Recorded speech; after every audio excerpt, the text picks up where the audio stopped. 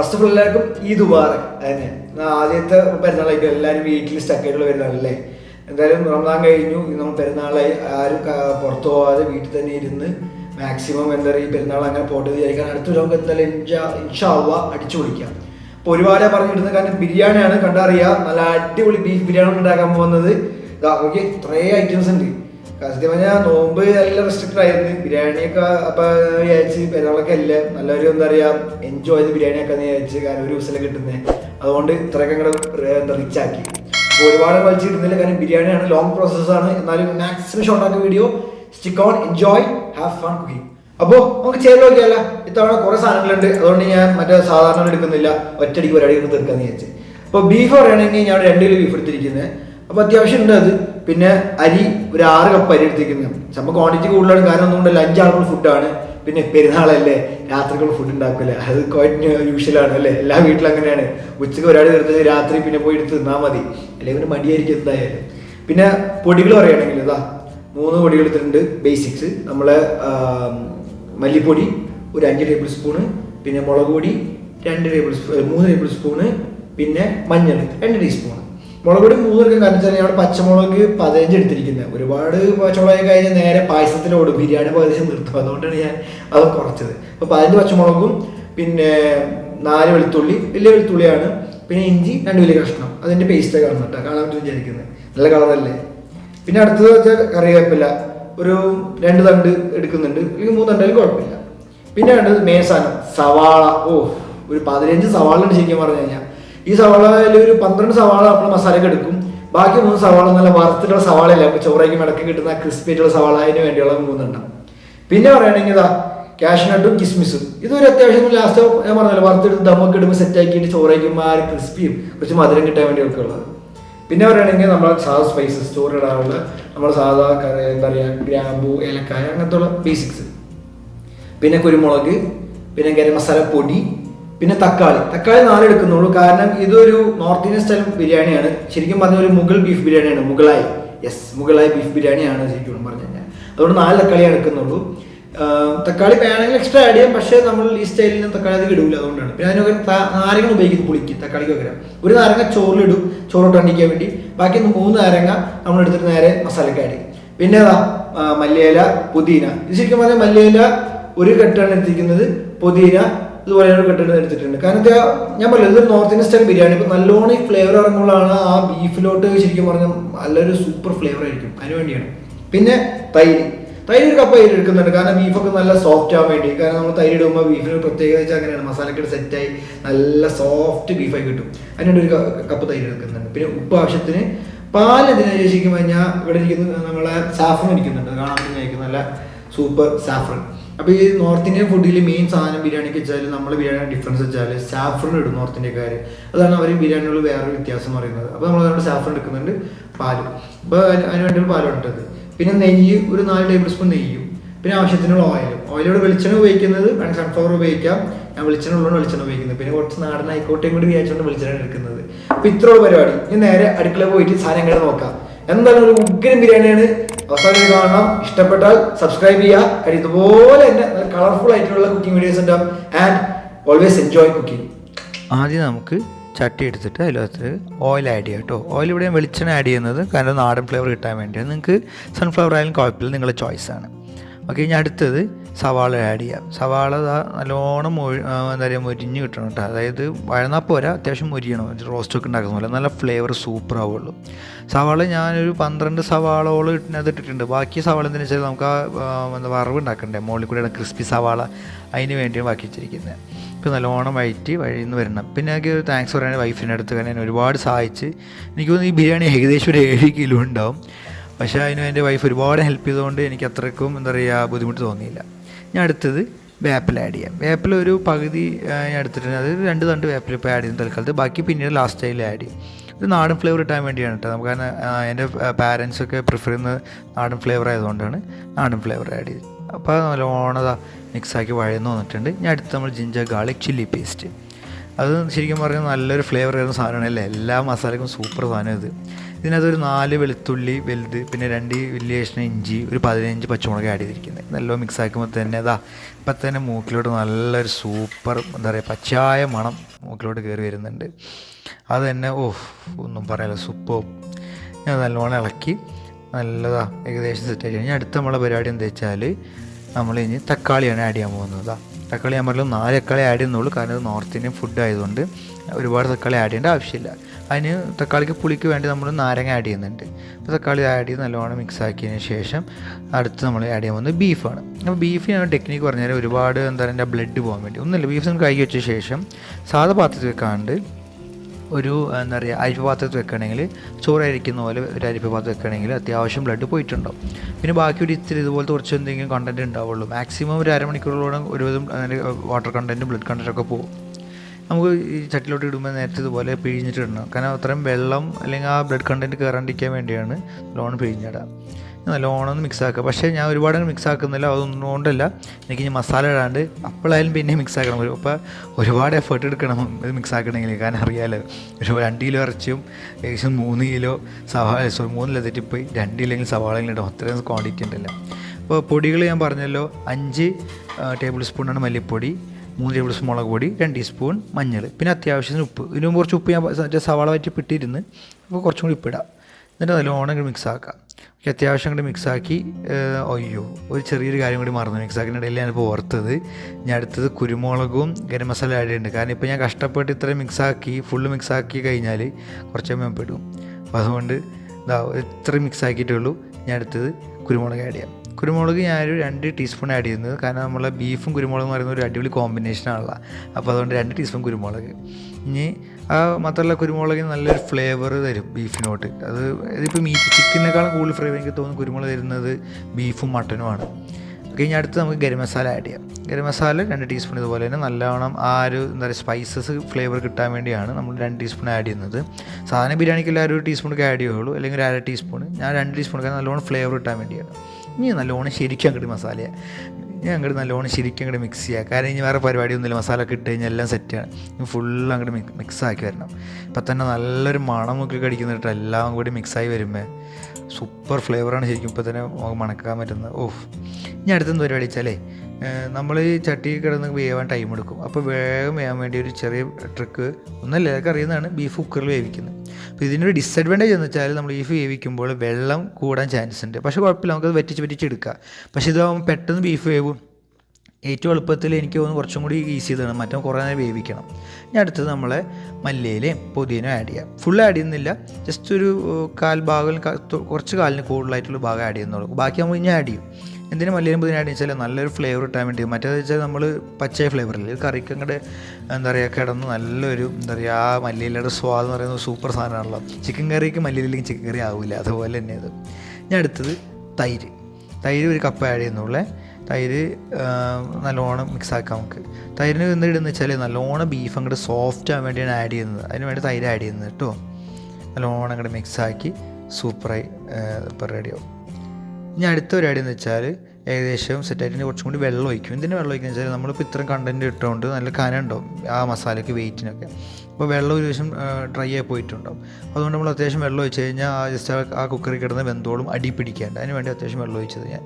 ഇനി അടുത്ത പരിപാടി നല്ലോണം ഇളക്കിയതിന് ശേഷം നമുക്ക് ഇത് അടച്ച് വെച്ചിട്ട് വേവിക്കാം. അപ്പോൾ ഞാനത് അടച്ച് വെക്കാൻ പോവുകയാണ്. ഓക്കെ, അപ്പോൾ ഇനി വെക്കേണ്ട രീതി എങ്ങനെ വെച്ചാൽ, ഒരു വിസിലടിച്ചതിന് ശേഷം ഒരു 15-18 മിനിറ്റ് ലോ ഫ്ലെയിമിൽ വെച്ചാൽ മതി. ഓക്കെ, അതാണ് കറക്റ്റ്. അതാകുമ്പോൾ നല്ല സൂപ്പറായി വന്നിട്ടുണ്ടാവും. പിന്നെ നമ്മൾ എന്തായാലും വേവിക്കുകയും ചെയ്യും, കാരണം എന്തുകൊണ്ട് വെച്ചാൽ വെറ്റിക്കേണ്ടത് വെള്ളം ഉള്ളതുകൊണ്ട്. ഇത് വേവ് നേരം കൂടി നമുക്ക് സവാള വറുത്തെടുക്കാം. സവാള ഞാൻ ഇപ്പോൾ ചട്ടിക്ക് ഇട്ടിട്ടുണ്ട്. അത്യാവശ്യം വെളിച്ചെണ്ണ ഒഴിച്ചിരിക്കുന്നത്, ഓയിലായാലും കുഴപ്പമില്ല. ഇതിപ്പോൾ നമ്മളെ മുകളിലത്തെ ആ ക്രിസ്പി സവാള ഇല്ലേ, ആ ടേസ്റ്റുള്ള ആ മൊരിഞ്ഞ സവാള, അതിന് വേണ്ടി ഇത് ഇട്ടിക്കുന്നത്.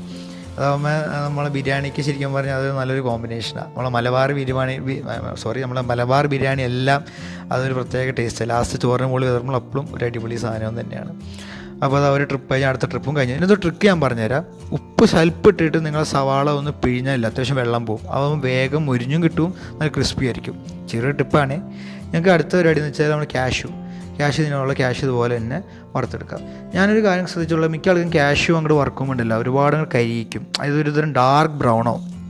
അപ്പോൾ ഈ ഡാർക്ക് ബ്രൗൺ ആവാൻ പ്രശ്നം എന്ന് വെച്ചാൽ നമ്മൾ ബിരിയാണിക്കൊരു കഴിച്ച ഫ്ലേവർ കിട്ടും, ഒരു കയ്പ്പ് വരും. അത് ചെയ്യരുത്. നിങ്ങളൊരു മരത്തിൻ്റെ കളറില്ല, മരത്തിൻ്റെ കളർ എന്ന് പറയുന്നത് നല്ലൊരു ബ്രൗൺ ആണ് അല്ലേ, വുഡ് കളർ, വുഡിൻ്റെ ബെഞ്ചും കാര്യങ്ങളൊക്കെ, ആ ഒരു ലൈറ്റ് ബ്രൗൺ പോലത്തെ കളറാക്കി എടുക്കണം. അതുപോലെ തന്നെ മുന്തിരി മരങ്ങൾ, മുന്തിരി നമ്മളെ കാഷ്യൂനട്ടിനേക്കാളും വേഗം സെറ്റാവും, കാരണം വെച്ചാൽ വേഗം വരും, ചെറുതാണല്ലോ. അപ്പോൾ അതുകൊണ്ട് നല്ലോണം വീർത്ത് വരുമ്പോഴേക്കും എടുത്താൽ മതി. ഇതെല്ലാവർക്കും അറിയുന്നതാണ്, എന്നാലും അറിയാത്ത ആൾക്കാർക്ക് വേണ്ടി ജസ്റ്റ് പറഞ്ഞ ടിപ്പാണെന്നുള്ളൂ. ഓക്കെ, കാണാൻ എങ്ങനെയുണ്ട്, പൊളിയല്ലേ, ഇതങ്ങോട്ട് മുകളിൽ വിതറേണ്ടല്ലോ, വേറെ ലെവലായിരിക്കും അല്ലേ.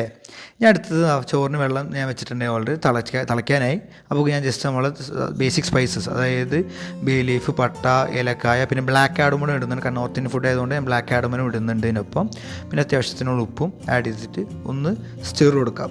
ഉപ്പിനെ നിങ്ങൾക്ക് എല്ലാവർക്കും അറിയാമായിരിക്കില്ലേ, ബിരിയാണിക്ക് അരി വെക്കുമ്പോൾ എങ്ങനെയാണ് സാധാരണ ഉപ്പിടുന്നത് സ്വല്പം കൂടുതൽ, അതായത് വെള്ളത്തിൻ്റെ പൊടിക്കൊരു ഉപ്പ് രസം ഉണ്ടായാലേ കറക്റ്റ് ചോറ് പാകാവുള്ളൂ അല്ലേ. ഇതാ ഒന്ന് തിളയ്ക്കാനായിട്ടുണ്ട്. അപ്പോൾ ഞാൻ അരി ഒരു കുതിർത്തിച്ച അരിയാണ്, ഒരു അരമണിക്കൂർ 3/4 മണിക്കൂർ വെള്ളത്തിൽ കുതിർത്ത് വെച്ച അരിയാണ്, നീളത്തിലുള്ള അരിയാണ്. ഞാൻ ഇവിടെ മറ്റേ ബസ്മതിയാണ് എടുക്കുന്നത്. പക്ഷേ സാധാരണ നമ്മൾ ബിരിയാണിക്ക് ജീരകശാല ഇടാറുണ്ട്, പക്ഷേ ഇതാണ് ജീരകശാല ഇടുന്നില്ല, കാരണം ഞാൻ പറഞ്ഞു നോർത്ത് ഇന്ത്യൻ ഫുഡ് ആയതുകൊണ്ട് അവർ അരിയൊക്കെ ഇത്തിരി നീളമുള്ള അരിയാണ്. അപ്പോൾ അതുകൊണ്ടാണ് നീളമുള്ള അരി എടുത്തത്. നിങ്ങൾക്ക് ജീരകശാലിൻ്റെ കുഴപ്പമില്ല, ട്രൈ ചെയ്യാം, കാരണം മസാല ഡിഫറൻ്റ് ആണ്. അരിയുടെ ഫ്ലേവർ വ്യത്യാസം ഉണ്ടാവും, ഇല്ല ഞാൻ പറയുന്നില്ല, ബട്ട് ജീരകശാല ഉണ്ടെങ്കിൽ അതായാലും ഉപയോഗിച്ചാലും കുഴപ്പമില്ല. ഇപ്പോൾ ഏകദേശം ഇട്ട് കഴിഞ്ഞിട്ടുണ്ട് സംഭവം. ചോറൊക്കെ തിളച്ച് നല്ലൊരു മണം വരുന്നുണ്ട്. എന്തിൻ്റെയാണ് വേണം, നമ്മൾ ആ ഇട്ട സ്പൈസസിൻ്റെ നല്ലൊരു ഫ്ലേവർ വരുന്നുണ്ട്. ഞാൻ അടുത്തത് നല്ലോണം അങ്ങോട്ട് ഒന്ന് തിളയ്ക്കണം. ഞാൻ അടുത്ത് നാരങ്ങ ഒഴിക്കുന്നുണ്ട്. എന്തിനാ വെച്ചാൽ ചോറ് ഒട്ടിപ്പിടിക്കാണ്ടിരിക്കാൻ വേണ്ടി നാരങ്ങ, ചിലർ നെയ്യ് ഒഴിക്കും, ചിലർ എണ്ണ ഒഴിക്കും. എൻ്റെ പ്രിഫറൻസ് നാരങ്ങയാണ്. ഞാൻ നെയ്യ് എണ്ണ ഒന്നും ഒഴിക്കില്ല, ജസ്റ്റ് നാരങ്ങ. ഇപ്പോൾ ഇവിടെ ഒരു നാരങ്ങ എടുത്തിട്ടുള്ളത്, ഒരു നാരങ്ങ ഒഴിച്ചിട്ടുണ്ട്. അപ്പോൾ ഇതാകുമ്പോൾ ചോറ് ഒട്ടൂല. അത് തിളയ്ക്കാൻ നേരത്തെ ഒഴിച്ച് കൊടുത്തു കഴിഞ്ഞാൽ പൊളിക്കും. ചോറ് ഏകദേശം ആയിട്ടുണ്ട്. മിക്കവാറും അപ്പോൾ തന്നെ ഓഫാക്കണം, കാരണം ഒരു 80% വെന്താൽ മതി, കാരണം ബാക്കി നമ്മൾ ഫുൾ വേവിച്ച് കഴിഞ്ഞാൽ ദമ്മിടുമ്പോൾ കുഴഞ്ഞോ. സാധനം ആയിട്ടുണ്ട്, നമുക്ക് അങ്ങോട്ട് ഓഫാക്കിയാലോ. ഓക്കെ, ഞാൻ അടുത്ത പരിപാടി മസാല. ഞാൻ പറഞ്ഞല്ലോ കുറച്ചും കൂടി വെള്ളം ഉണ്ടാവും കുക്കറിൽ മസാല പറഞ്ഞപ്പോൾ അത്യാവശ്യം വെള്ളം ഉണ്ടായിരുന്നു, വെറ്റിച്ചുകൊണ്ട് നിൽക്കുകയാണ്. വെറ്റിക്കും നല്ലൊരു കാര്യം വെച്ചാൽ എന്തായാലും നമ്മൾ മസാല നല്ലോണം കുറച്ചും കൂടി സ്ട്രോങ് ആയി എന്താ പറയുക ബീഫിലോട്ട് അങ്ങോട്ട് സെറ്റാവും, കുറച്ചും കൂടി ഫ്ലേവർ ഉണ്ടാവും. അപ്പോൾ ഞാൻ പറഞ്ഞു തക്കാളി ഇട്ടുകൊണ്ട് പുളി വേണ്ട, നമുക്ക് പുളിക്ക് വേണ്ടി നാരങ്ങ ഇടാം. അപ്പോൾ ഞാൻ ഒരു നാരങ്ങ ഇപ്പോൾ ഒഴിക്കുന്നുണ്ട്, ബാക്കി പിന്നെ കുറച്ചുകൊണ്ട് ഒഴിക്കുള്ളേ. ഒരു നാരങ്ങ ഫുൾ ഒഴിക്കുന്നുണ്ട്. എന്നിട്ട് നല്ലോണം അങ്ങോട്ട്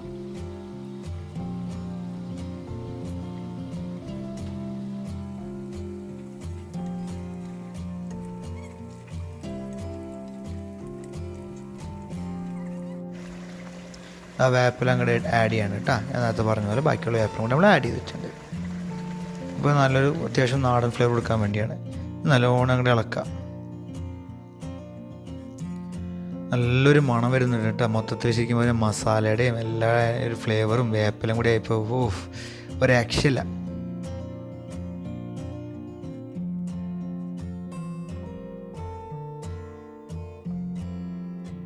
ഞാൻ അടുത്ത് ദമ്മ് ഇടുകയാണേ.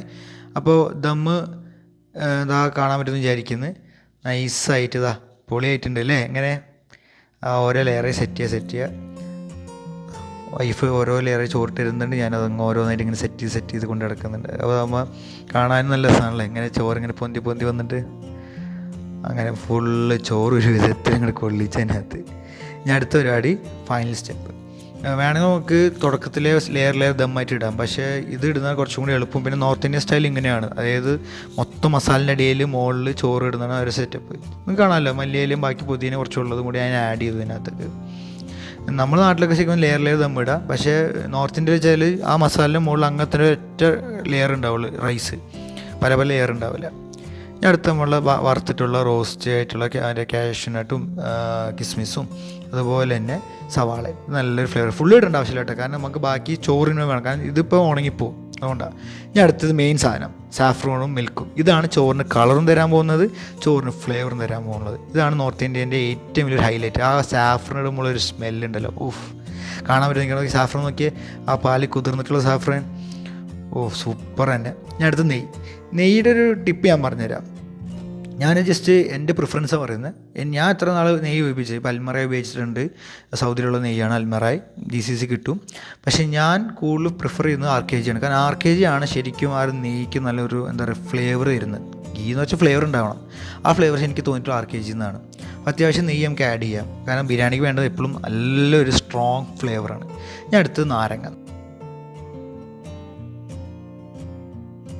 എന്തിനാ വെച്ചാൽ അത്യാവശ്യം ചെറിയൊരു പുളിക്ക് ഇടുന്നുള്ളൂ. ഞാൻ പറഞ്ഞില്ല, നമുക്ക് നാരങ്ങ മാറ്റി വെച്ചിട്ടുണ്ടെങ്കിൽ ആ നാരങ്ങ ഇപ്പോൾ ആഡ് ചെയ്തിട്ടുണ്ട്, കാണാൻ പറ്റുമെന്ന് വിചാരിക്കുന്നു. ഞാൻ അടുത്തത് നമ്മൾ ഫോയിൽ വെച്ചങ്ങോട്ട് മൂടാം.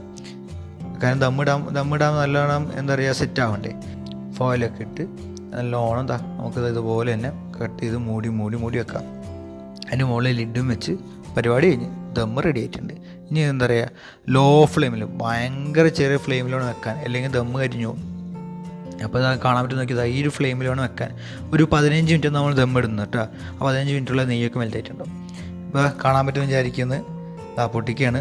മാഷാ അല്ലാഹ്, നല്ലൊരു ഫ്ലേവറാണ് കേട്ടോ. ശരിക്കും ഈ ബിരിയാണി പൊട്ടിക്കുന്ന പറയുന്നത് വലിയൊരു എന്താ പറയുക ത്രില്ലിങ് ഒരു കാര്യമാണ്. കാരണം ആ പൊട്ടിക്കുമ്പോൾ എന്താ പറയുക അതിനകത്ത് നിന്ന് ആ ഫ്ലേവർ ഒരുപാട് വരുന്നത് കാണാൻ പറ്റും. നിൽക്കുന്നത് കളർ കൂടെ നോക്കിയാൽ ചോറിൻ്റെ മഞ്ഞ കളർ, ശരിക്കും സാഫ്രോണിൻ്റെ മഞ്ഞ കളറാണ് കേട്ടോ അത്. മസാല അടി കിടക്കുന്ന മസാല, സവാള മൊരിഞ്ഞത് കാണാൻ തന്നെ എന്താ ഭംഗിയല്ലേ. സവാളയും ബീഫും കൂടെയുള്ള റൈസ് ആണെങ്കിൽ സൂപ്പറായിട്ട് എന്താ പറയുക വെന്തിട്ടുണ്ട്. അതായത് ഓവർ കുക്ക്ഡ് അല്ല, എന്നാൽ വേവ് കുറവല്ല, പക്കയാണ്. അതോ അതിനോടൊപ്പം തന്നെ ആ കളർ കോമ്പിനേഷനും ഒരു രക്ഷയില്ല, പൊളി. എങ്ങനെയാണ് കാണുമ്പോൾ വായിൽ വെള്ളം വരുന്നുണ്ടാ? ഇവിടെ വിളമ്പുന്ന എനിക്കും വൈഫിനും വായിൽ വെള്ളം വരുന്നുണ്ട്. അതിന് മാത്രം സെറ്റപ്പ് ആയിട്ടുണ്ട് സാധനം, അൽഹംദുലില്ലാഹ്.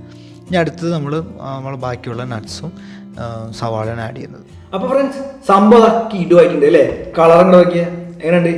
ആ സാഫ്രോണിൻ്റെ കളറും പിന്നെ എന്താ പറയുക മസാലയുടെ ഒരു ബ്രൗൺ കളറും എല്ലാം കൂടി സൂപ്പർ കളർ. പിന്നെ മണം പറയാനില്ല, നല്ല അടിപൊളി മണമായിട്ടുണ്ട്.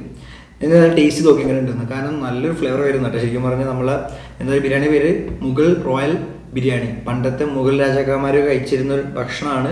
പക്ഷേ ഇതിനകത്ത് കുറച്ച് വ്യത്യാസം വരുത്തിയിട്ടുണ്ട്.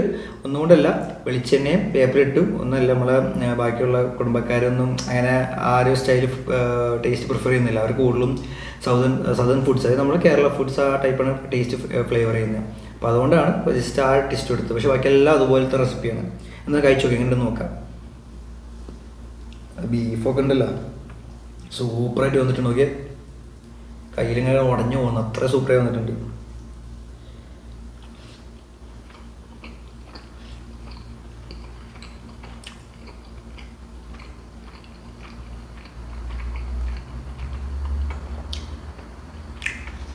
ഒന്നും പറയാനില്ല, ഒരു രക്ഷയില്ല.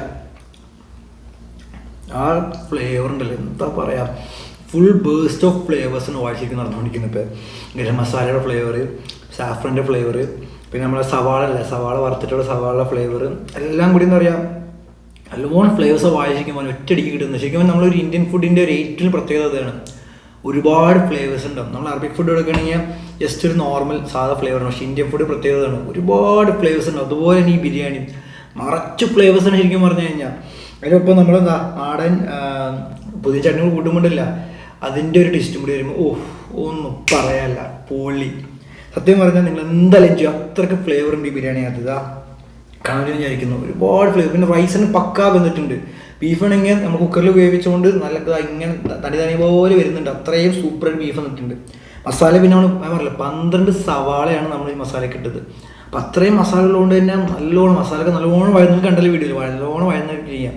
അപ്പോൾ അതുകൊണ്ട് തന്നെ ഒരുപാട് ഫ്ലേവർ അതിനകത്ത് കിട്ടുന്നുണ്ട് നമുക്ക്. ശരിക്കും പറഞ്ഞു കഴിഞ്ഞാൽ എന്തായാലും നിങ്ങൾക്ക് ഇഷ്ടപ്പെടും, തീർച്ചയായും ട്രൈ ചെയ്യണം. നിങ്ങൾ ആദ്യം ഞാൻ വീഡിയോ കാണണമെങ്കിൽ സബ്സ്ക്രൈബ് ചെയ്യാൻ മറക്കരുത്. കാരണം ഇതുപോലെ തന്നെ കിടക്കാച്ച വീഡിയോ ആയിട്ട് ഞാൻ അടുത്ത വീഡിയോ വരുന്നതായിരിക്കും. അന്ന് ഇതുപോലത്തെ റെസിപ്പി മിസ് ചെയ്യാണ്ടിരിക്കണമെങ്കിൽ സബ്സ്ക്രൈബ് ചെയ്യുക, തൊട്ടടുത്ത് ബെല്ലൈക്കൻ അമർത്തുക and wait for the next video. അപ്പോൾ എല്ലാവർക്കും ഇഷ്ടപ്പെടുന്നു വിചാരിക്കുന്നു. എല്ലാം ട്രൈ ചെയ്യണം. സജീന യൂസഫ്, അസ്സലാമു അലൈക്കും.